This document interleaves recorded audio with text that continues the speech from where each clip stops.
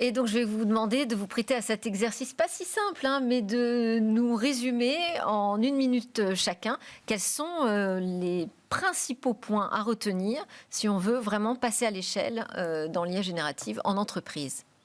Qui vous commence? Alors, allez, moi, Lionel. Je vais me lancer.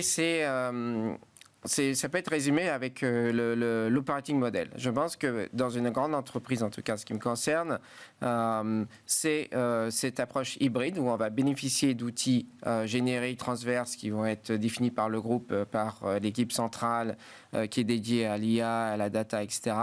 Et en même temps, le besoin d'avoir une feuille de route locale au niveau de ma filiale pour apporter vraiment de la valeur et sur des sujets très spécifiques et les meilleurs use cases qui vont nous faire avancer. Mais en tout cas, c'est un sujet vraiment de compétitivité pour nous. Très bien. Cédric? Je vais éviter de répéter ce que tu dis parce que je suis en phase. Le premier point, déjà, c'est une évolution plus qu'une révolution, selon moi. Voilà. Deuxième aspect, il faut une vision sur ces sujets-là et pas être juste opportuniste.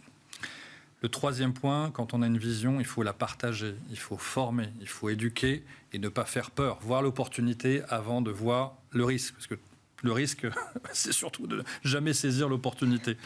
Et puis, le dernier point, à mon sens, c'est d'être pragmatique. Dans cette vision, c'est avoir et choisir de fait les bons partenaires. Je ne parle pas uniquement d'Inetum, mais choisir les bons partenaires pour avoir une approche évolutive, progressive, mais avec une véritable ambition. Et encore une fois, ne pas s'évertuer à ne faire que des POC. Là, tu l'as très bien dit. C'est pas comme ça qu'on fera avancer les choses. Et on voit, il y a beaucoup de pays qui avancent très vite. Donc, ne soyons pas trop en retard. Eh ben, le message est passé. Merci beaucoup, Cédric Fernandez, directeur des opérations chez Inetum Solutions, et Lionel Genix, d'avoir partagé, directeur général d'Air Liquide Medical System, d'avoir partagé tous les deux votre expertise sur ce sujet. C'était Smart Digital et on se retrouve bientôt pour la suite de cette série.